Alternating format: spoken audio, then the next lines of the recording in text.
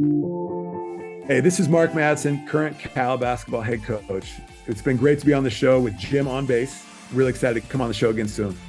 Welcome back to another episode of the Jim on Base Show. For today's very special guest, we have on someone who spent 9 seasons in the NBA. He's a 2-time NBA champion. He's the new Cal Bears basketball coach and is known as the Mad Dog. Please welcome the great Mark Madsen. Mark, thanks for coming on. Brian, thanks for having me on the show. It's great to be here with you, and I'm excited. Yeah, happy to have you. And I know you're a busy guy. You got the new job, but you also had a new baby recently too, right? Yeah. We had our second daughter, and so now we have 4 kids under the age of 5.5. And the last 4 months have been busy. The move, the new job. My wife and I taking care of our little daughter at night, but it's been a lot of fun. It's been awesome, and we're really happy to be back home in Danville. Yeah. So where were you living before you got the job? You said you moved.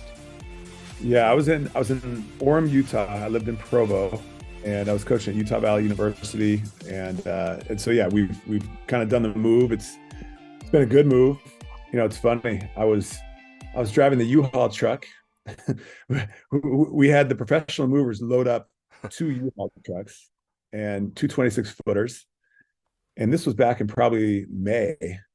And so we're driving from Utah to Alamo, which is where I now live. And we're driving over the pass, over the Donner Pass, where that Oh, yeah. party got stuck and everybody, there's some stuff that happened. A summer blizzard hits and my phone rings and says, Jalen Tyson was ready to commit to Cal all at the same time. And so I'm sitting there talking to Jalen Tyson, talking to another coach on the phone. And the coach says to me, he says, "What the heck are you doing driving the U-Haul truck? You're the head coach at Cal. Someone else has to be doing that for you." And I said, "Yeah, I'm driving it. And my father-in-law is right behind me because I know if we drive it, we'll get the stuff 10 hours later and it won't be banged up and shifted around and everything like that." So the move's been good and we're getting settled in. See, you're in full-time dad mode. You're doing it all. It's I love basketball, I love my family, and it's great to be here at Berkeley and we're excited about the season. Yeah. And I was wondering too, have you guys taken like a big vacation or any family trip kind of before everything gets rolling? Get some family time in, or is it hard with the newborn? Right now we actually had a big trip. We were gonna go to Paris. My wife loves Paris. We've been there once, and so we were all set to do. We bought the tickets, and then the passports didn't come in time for the young. And so we're going to postpone that to next May, and during the dead period then. And in the meantime, we're just going to get our kids situated in school, and we're going to keep working here. Yeah. Sounds like a good plan. And I was curious, I noticed you got married after your playing career, right? So how did you meet your wife and how that all come about? Yeah, no, it's a great question. So I was coaching in the NBA, and my mom called me one night and said, "Hey, I want to set you up on a blind date." I I didn't know said, "Well, those things work.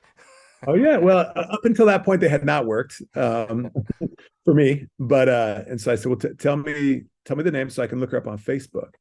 And so she told me the name. I looked Hannah up on Facebook, and I was excited to talk to her. And so we kind of shot her a note. We ended up talking next night, and we talked for about an hour on the phone. And that was and then she left for Germany with her family to go on they have some relatives in Germany, and so she went over there, and we had our first date in a little bit after that, and then from that point, things progressed, and we ended up getting married. Wow, that's pretty cool. Yeah, What was your guys' first date? our first date was so again, I was coaching for the Lakers, so she was living in Utah. We went in to play the Utah Jazz. We had an extra night, and so we went on a date in early January of, I think, 2016. And we went to there's the museum. So my wife went to BYU. There's a museum at BYU, kind of an animal museum with like representations and replicas of animals, that have kind of been replicated. And so we did that. And then we had dinner up at Sundance, and then dropped her back off at her place, and I left. And, it didn't really actually get super serious until later in the summer when she moved to LA. Hannah's brother's a defense attorney in LA, kind of represents people down there, and so then it got more serious. Then we ended up getting married later in the year. Wow, that's pretty cool. And yeah, have you always kind of resided in the Bay Area here and there, or is this coming back kind of like you're coming back home party in a way? More of a coming back home situation. Mm. Obviously, I went to undergraduate here. I also went to graduate school in the Bay, but lived in Minnesota full time, basically for Okay. almost full time for 6 years. A lot of my family had moved elsewhere, and so I still tried to make it back here as much as I could. But it wasn't like I was living in Danville or living in San Francisco. I just was elsewhere. But it's great to be back home. Yeah, it's great to have you. As you know, there's some local celebrities here in town. I had a friend of the show, Chris Mullen, on, Yeah. and even your ex teammate Gary Payton. You never know who you're going to run into at Starbucks in Danville. That's great. Well, I grew up watching Chris Mullen, and then when I was in high school, there was an old athletic club out in San Ramon called Club Sport. Oh And I yeah, remember I played with Chris Mullen up there, and it was amazing. It was so fun. So he's obviously a great guy. I missed Gary Payton by 1 year on that Lakers team, yeah, but against him a lot. awesome. And another big name in town. A lot of people like to bring up, reminisce about some dance moves you had. We have we have E40 in town. I've heard some people run into him at Safeway. So, what kind of music are you into these days? Oh gosh, what do I listen to? I mean, mostly it's me and the kids a lot in the car with my wife Hannah. And so we listen to a lot of random stuff like Mickey Mouse stuff, Disney music, King. I mean, that's what I listen to right now. And then, when I'm in the car myself, I'll hit a podcast, listen to some news, make recruiting calls. So it's I'll get back to the leisure music listening once things settle in just a little bit more. Yeah, I know your kids are young, but I was wondering if you guys were Swifties, cranking some Taylor Swift these days. I know my wife is going to go out there and see Taylor Swift at some point. My daughters are a little too young to Yeah, really into it, but I'll let them go to that event. It looks like a great event. I'll be at home with the boys. We'll be doing something else. But Taylor Swift's an unbelievable artist. We'll yeah. let it be tonight for that. Well, I just did a international trip myself. I was in Spain and Croatia, and when I was there, I saw some signs for Shaq doing some DJ shows. So, have you seen him DJ? Or I heard he's pretty good. Oh no, Shaq's amazing at everything he does. I mean, the last time I saw him on the mic was the most memorable time I've seen him on the mic was at those parade celebrations down in LA. This is before LA Live was built. Mm. That whole area was just a parking lot. It was just a parking lot. But no, it's Shaq's unbelievable. You talk about a great teammate, a great person, someone that's just always been a mentor. And he really mentored me the most, obviously, when we were playing together Mm. during those 3 years. And just a great teammate. He was really a guy that cared about everybody in the locker room and tried to help everyone be successful. How do you guys keep in touch? Are you still pretty close? Like, I was wondering, as a new coach or any type of college coach, do you ever FaceTime guys like Shaq and have them talk to the kids, like to give them some motivation or anything like that to spice it up? Well, it's funny. So Shaq and I did FaceTime a few months ago, kind of Uh, right as or right around the time I was taking this job, and it was great to obviously stay connected with him and just the impact that he has had. Again, as a teammate, it's great to see a guy that is so successful, you know, on the court during his playing days and now off the court, and just mm, that he's always the type of person that wants to help other people, that wants to, whether it's helping me in my own basketball career, whether it's helping others in the community, whether it's trying to brighten someone's day during the holidays, Thanksgiving turkey drive.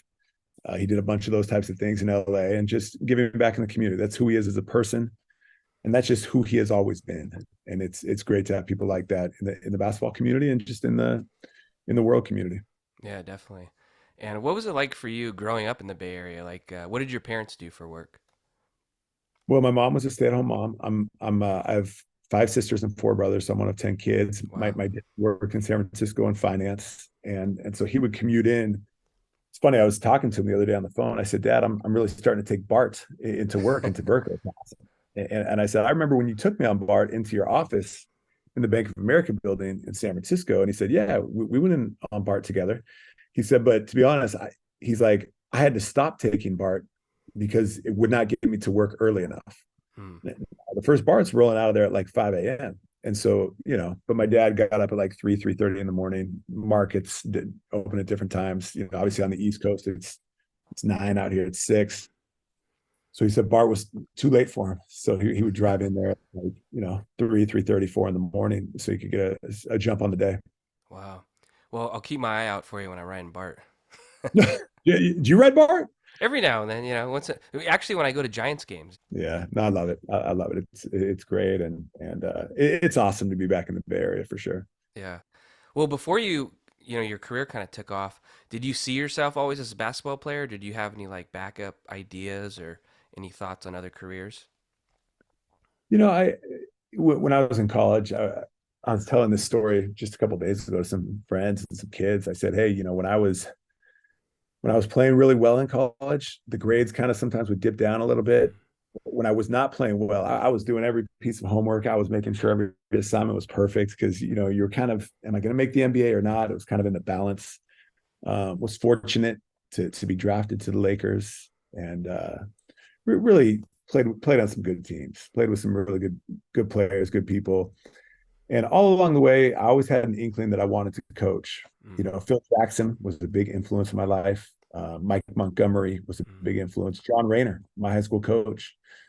And I've just been around some really great coaches. Flip Saunders, who's no longer with us, he kind of had that battle with cancer. He was someone that, really made basketball fun. He had us to the house. He had us to the house also with a bunch of his friends. And so it was just really fun to see everyone's different styles of coach, and now to try to create, and forge my own identity as a coach with our own traditions as teams, and to try to really make this a place where the players feel comfortable and where the players feel that they can compete at their highest level of potential. Well, it makes me wonder, did Phil Jackson, have you ever sought him out for advice, or has he kind of just let you go your own path in this journey so far as a coach? I stay in touch with Phil. I Mm, stay in touch with Phil. When I took the Utah Valley job, called him for advice. As I was getting ready to take the Cal job, he and I talked. And it's the good thing about Phil is you're not always just talking about basketball. mm, You're talking about life. You're talking about values. You're talking about things that transcend basketball. The last time I talked to Phil, he had just lost a dear friend of his and a former teammate, and he was kind of just going through that situation, and but he and I were able to reflect and laugh a little bit about just some of the memories that we shared. And I think Phil's someone that was always able to find a really good balance between basketball and family. mm. We the year we beat New Jersey in the NBA Finals, there was a party back at the hotel, so everyone's family members and friends and relatives could come, and there was Phil with his kids were all there and just hanging out. You got to know the kids, and it was just such a great family group of people, and Phil's been a tremendous mentor and friend to me, uh, ever since obviously playing for him. Well, it's great to hear because you always wonder about those connections, And one other question I had too about you kind of coming up was your nickname's Mad Dog, right? So did you get that in high school, or has that kind of followed you the rest of the way then? I got that nickname, Ryan, in elementary school at Monterey Wow. Elementary. We were out there, on the blacktop, just playing around, playing basketball, kickball, whatever else. And we had this amazing PE teacher. He had a stint with the 49ers. He drove a motorcycle. He was a cool guy, Mr. Cornell. He just was cool. He made sports fun. He made PE fun. And so he had kind of given a nickname to everybody, and he gave me that nickname, and it's actually stuck. It kind of followed me to junior high school, and from junior high school to high school, from high school to college, and it's kind of still with me today. So I can thank Mr. Cornell at Monterey Elementary for giving me that nickname. That's pretty cool. And also, like that name, Mad Dog, you were known for being gritty, putting it all out on the court. It reminded me of someone that I really looked up to as well, who had a stint with the Warriors and the Grizzlies. I don't know if you remember Brian Cardinal, the custodian. Oh yeah. Well, not only do I know him, but I played with him. I played with Brian at the Minnesota Timberwolves, actually. Yeah, he was. We were on there together, and it was love playing with him. You talk about a guy that's maximized his career. Yeah. He he could do a lot of things on the court. Shoot the three, take charges, rebound the ball. Yeah, like you said, he could do it all. Very underrated, and it made me think about my time growing up a Warriors fan. And you said you were too. So it's kind of crazy for you to come back to the Bay Area. It's a different world now as a Warriors fan. I used to joke it was kind of like a secret society. Now everyone loves the Warriors. It's really turned around here. Oh, it has. I mean, just the job that the Lacob family has done in kind of rebuilding the Warriors has been phenomenal. Yeah. Uh, the players, Steph Curry, Klay Thompson, Draymond Green, the coaching, Steve Kerr, the management in terms of Bob Myers, also a Mhm. local guy that if you haven't had him on the show, I'm sure you will. Yeah, not Just yet. Hopefully. no, you'll have him on at some point, Ryan. I mean, obviously a Monte Vista guy, raised in Danville, Alamo. His wife is from the East Bay as well, Mm. Kristen, and just a tremendous person, a guy that on a lot of those high level teams, there's going to be issues, there's going to be problems, there's going to be players that don't get along at times, and that's where the players, the coaches, and management gets in there to try to figure out, hey, what can we do to come together to put all of these differences aside so we can come together for the greater goal of winning a championship, of of bringing that level of basketball to the Bay Area and to the world. Well, speaking of Warriors too, do you remember going to games there as a young fan? Who are maybe some favorite guys that you looked up to as a fan? And not only basketball, but maybe were you in other sports too? Oh yeah, no, we went to Oakland Coliseum all the time. We watched the Lakers games. I remember one time my dad took me to a game, and the game was over. It was halftime, and Ronnie Lott was down Mm. there. And I said, "That's Ronnie Lott. Go get his autograph." And so I was nervous, but I went up and said, "Hey, can I have an autograph?" And Ronnie Lott gave me the autograph. It was cool. But Chris Mullin, Mitch Richmond, Tim Hardaway, Chris Webber, kind of at the tail end. But the Warriors have. It's been awesome. It's been awesome that the impact they've had on the community and on the people. Yeah. Well, another thing that stuck out to me about you was when you were younger, right? I think it was right before college. You went on was it a 2-year mission trip to Spain, and you speak fluent Spanish, right? So that's got to maybe surprise some people when you bust that out. It's funny. I was at so yes, I did a 2-year mission in Spain and I loved it. And it was just a tremendous experience for me. Still stay in touch with a few of the people that I work closely with. But my Spanish now that was 20, 25, almost gosh, how many years ago? Now 25 years ago. So at one point I could speak a little bit of Spanish, but I was out at a recruiting event and I was speaking to a Spanish speaking agent from Mm. Argentina. So I'm on my phone speaking Spanish, and a couple of coaches, assistants came up to me later. They said, "Hey man, we didn't realize you spoke Spanish." I said, "Yeah, at one time I spoke Spanish. I hope that agent could understand what I was saying now." That's funny. Well, that's got to make you a better teammate too, right? Because I just when you're over there, you're dealing with different types of people. I feel like that just helps chemistry wise, like a good life experience. No, it was a great life experience. It was a great life experience to be a missionary. I was there, and it was a 2-year period. Did a lot of different things, from a heavy community service aspect to also sharing my religious faith with those who are interested in learning more. And so it really gave you, one of the things we did is we worked in kind of almost a homeless shelter type place that the Catholic Church had over in Cadiz, Spain. And so we would go there and clean toilets. We would go there and just mop floors and try to give back, try to Mhm. give back. And it's a time that I really reflect on in a very positive light, often, because it really kind of showed me the way so many different people of different backgrounds, different beliefs can come together and work together, to try to help chip in to do something positive. Yeah. Well, you eventually went on to Stanford, so makes me wonder, did you get a little people giving you a hard time taking the cow job at first, like just playful banter, going for the enemy? Well, I'm on a thread. I'm on a WhatsApp thread with a bunch of Stanford basketball playing graduates, and I did take the job. It was all love, all support, but the one message was, hey, We love you. We're going to support you, except for those 2 games a year when you play Stanford, in which case you're the enemy. Well, another big Stanford basketball fan too, right? An alumni, right? It's Tiger Woods. So, did you ever see him popping in when you were playing? That must have been kind of cool. I think he would come back to Stanford. I missed him the times he came back Uh, to Stanford, but he came to a Lakers game once. And I think Shaq was out. Robert Horry had a hamstring, and so I was playing a little bit more of that game, and I had a layup or a dunk or something. I saw him on the sideline, so I went up and gave him a high five coming out of the game. Got back to the bench, and Brian Shaw said, "Oh yeah, we saw you go give Tiger that high five." That's funny. Well, that must have been cool too, seeing other people. It made me think about like the courtside presence. You got the Denzels there, right? The Nicholson. So, did you have any other memorable interactions, or kind of always keep your eye out to see who's who?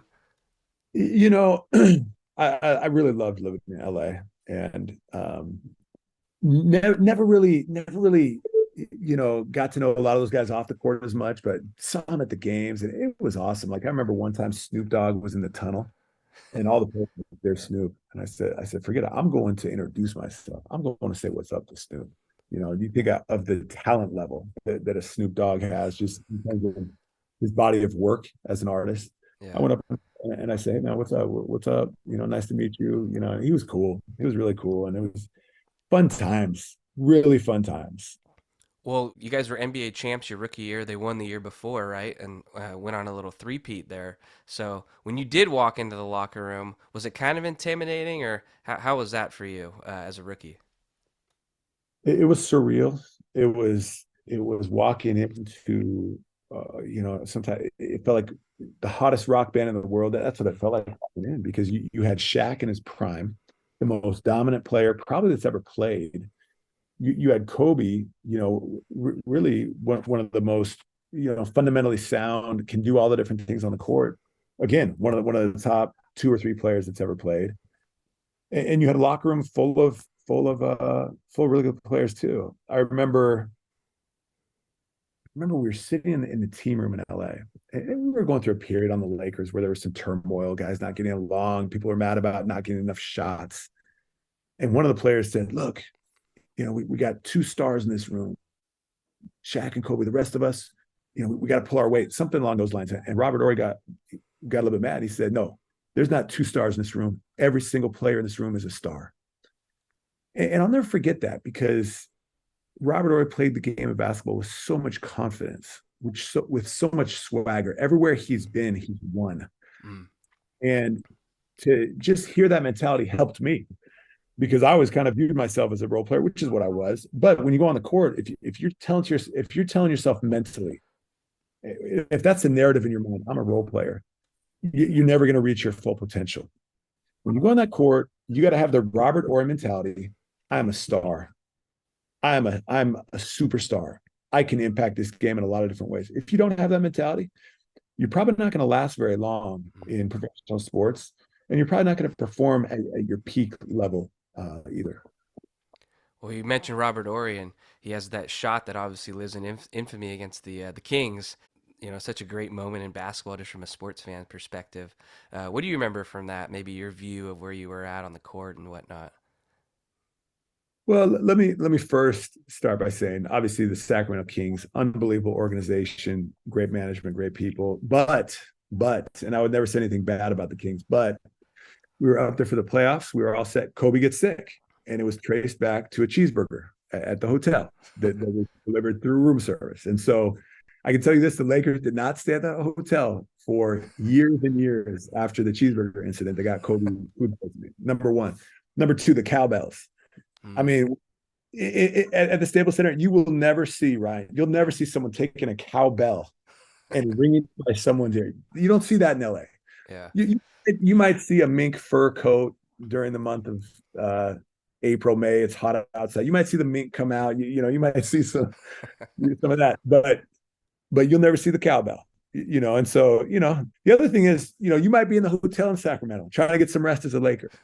Your phone might ring at 3 a.m. of random Sacramento Kings fans just trying to disrupt the rhythm of the players. A lot of players use aliases in the hotel, but some don't. And so you might call into a hotel and say, connect me with Rick Fox, please. You might get connected, and then you're waking up Rick. And then the Sacramento Kings fans thinking that's going to impact Rick on the court. It did not impact Rick on the court. And so, I would never say anything bad about Sacramento, but great memories going up there and getting a lot of. Well, did you have a good alias name then, or do you just keep it the same? Nobody ever called me. Nobody ever called me. Ryan. I think I got one phone call in 3 years from somebody random, and the conversation lasted about 1 minute.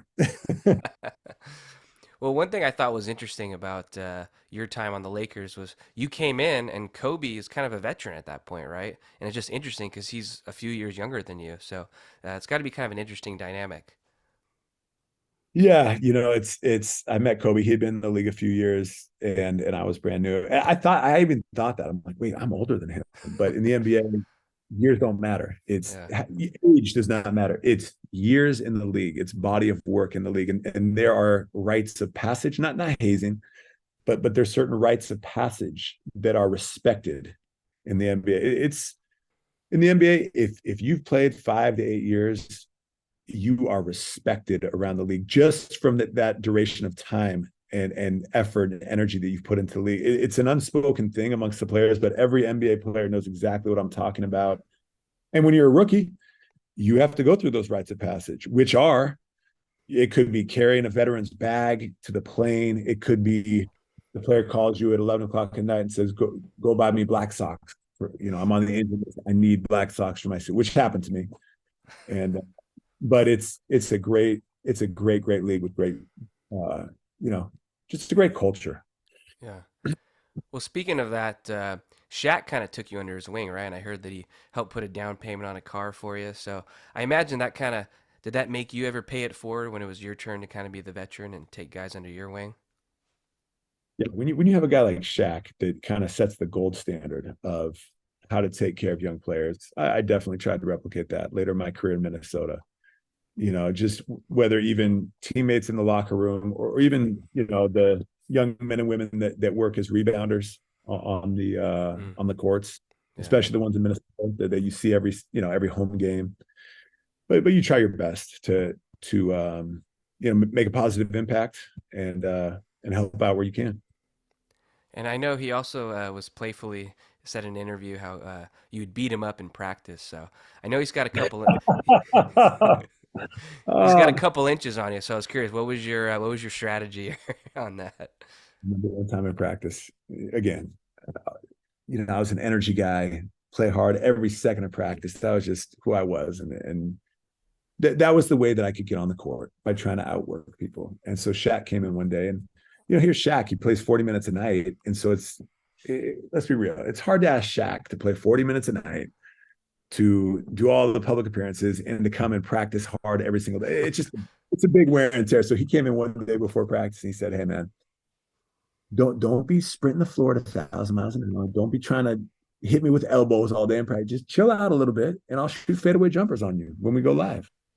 He said, if you go crazy like that, if you're sprinting all around the court and trying to, be crazy on the rebounds, he's like, I'm going to back you down and I'm going to dunk on you every single time. And so that's what he told me before practice. And so, yeah, you ease up a little bit, but you kind of stay true to yourself, but you find the balance. That's great. And another thing I thought was interesting too is you played with a lot of future coaches like Tyronn Lue, Sam Cassell, Derek Fisher, and it even made me think about Kobe. I wonder if maybe that was the route he would have eventually possibly gotten down to. So did you notice anything about those guys, or is there something that makes those type of people stick out in your mind as being potential coaches down the road? It's amazing you say that. Derek Fisher, you talk about a guy. I remember we had lost the game early my rookie year, and Derek spoke to the team, and he was adamant. He was emotional. He was adamant about the message, which was we have to play harder. Spoke with emotion. And Phil Jackson later he said, "Look, Derek Fisher in a lot of ways is one of the emotional leaders on this team. The basketball IQ, Tyronn Lue, just a guy that from an X's and O's standpoint, he was a point guard. He knew everything. He knew everything." And a lot of guys in that locker room could easily go into coaching. You mentioned Kobe. He may have gone it. I remember late in when I went back to the Lakers to coach, just spending time with Kobe on the plane, in the weight room. Just it was a different relationship because here I was as an assistant coach, but he and I played together. And so there was a bond there. When I played, Kobe was he pushed me. Like if you weren't ready to be pushed, do not get on the court and practice with Kobe because he demanded everyone's best. But then when I was a coach, the relationship changed, and we just talk more X's and O's and things like that. But he told me before he retired, he said, he really had a passion for storytelling. And I think his passion came from the fact that he wanted to inspire young people. And I think he's obviously just the way he died is so sad, but I think he continues to do that. Just his life and his legacy and his family. He inspires people. We show clips of our players, not yet here at Cal, but at previous locations. We've shown clips of Kobe and some of the things he speaks on. Yeah, I imagine obviously those memories you have mean that much more now. And it makes me think too about those rings. I'm sure maybe you reflect on some good moments when you see them.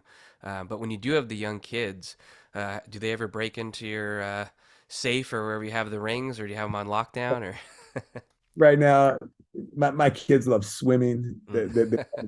Like, they're not really into NBA basketball right Yeah, now. They will at some point. They will at some point, but it's I think back on those times and with a lot of fondness. I remember the my first playoff start. We were playing against the Timberwolves actually. I was, Phil started me at the power forward, and I was nervous before the game, and I was jittery. Shaq came up to me. Shaquille could tell I was jittery, and he said, "Hey man, relax." He said, "The main thing is don't try to do too much out there." And he said, "Don't do too much. Don't do too little." And it's funny that it's a simple thing to say, but I've thought back on that throughout life at times because if you're in a meeting, you don't want to be the guy that's always talking, but you don't want to be the guy that's just sitting there saying nothing either. Mm. You got to find the balance. In a family, find the balance, and when you're hanging out with your friends, find the balance. And so it's fortunate. yeah. You spoke about coaching, and you coach in the D League. You were an assistant for Byron Scott, right? And also worked with Luke Walton. What's the difference between doing that and now you're going back to college basketball? Is there any big differences, or how do you kind of view that? It's a great question. I think the NBA, the NBA is different in the sense that you could play up to 100 games, 120 games in a year. If your team makes the championship, you're playing around 120 games, Hmm. depending on the length of the playoff series. And I'm including in that the preseason games. And so there's a volume of basketball. There's a duration. You have to have the ability to, you know, just go on a tough road trip. Maybe it goes well, maybe it doesn't. But then all of a sudden you're back home in front of the home fans and they're expecting a high level performance. You need to be resilient because you're not going to go 82-0. Nobody does. In college, there's fewer games. And so every game means that much more. I would say that the level of preparation for a single college game kind of reminds me of the intensity of a single playoff game. Mm. Um, just in the playoffs, you have a little bit more time to prepare in the NBA. And in college, you have a little bit more time to prepare between games, just in terms of how the games are spread out and the sheer number of the games. And so being here at Cal has been awesome. Administration has been such a support.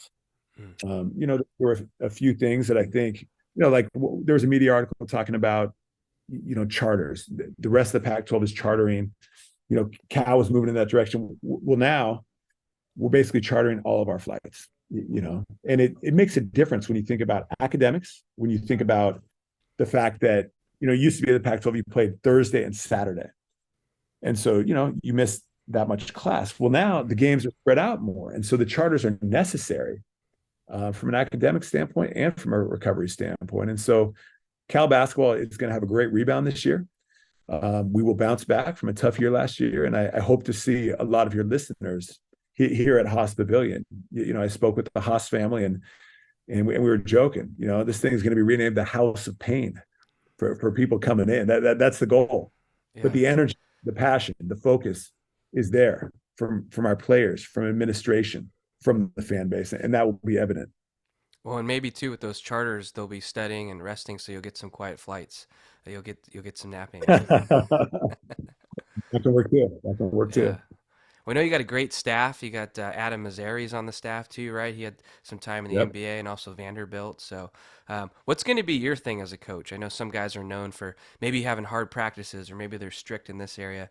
What's maybe something that is your thing as a coach? Yeah, I'm huge on player relationships Mm. because if you have a strong relationship with the player and with the team and with the locker room, you can coach them hard. You can demand more of your players, and so I'm very heavily focused on player relationships. I kind of, Luke Walton, I think he really took that very seriously, and seeing the way he took relationships as head coach of the Lakers really was beneficial for me to see that up close as one of Luke's assistant coaches. Obviously, from an X's and O's standpoint, we're going to be sound. We're going to run a lot of NBA sets, multiple options, and quick hitters, and it's going to be an exciting style of play that I really think the Northern California college fan base is going to be very pleased with the style of play that we play with. Awesome. Well, Mark, it's been a lot of fun to chat with you and get to know you. What's going on for you the rest of the day, though? Are you heading home now? Are you still working? What's going on today? Well, Ryan, I'm at the office. We'll probably break down a little bit more film. We had Okay. last practice. Well, we actually had our last day of practice Tuesday. We took the guys paintballing yesterday. Oh, nice. So now we're done for the summer. But I'll be breaking down a little bit of film, and then I'll hop on BART, and I'll go off the Richmond line, and then transfer over to the Walnut Creek Antioch line, and then I'll head home later today and see the kids and the wife. All right. Sounds like a plan. I'll see you at Hospice Pavilion in downtown Danville. Hey, thanks, Ryan. Appreciate you, man. Thanks for reaching out.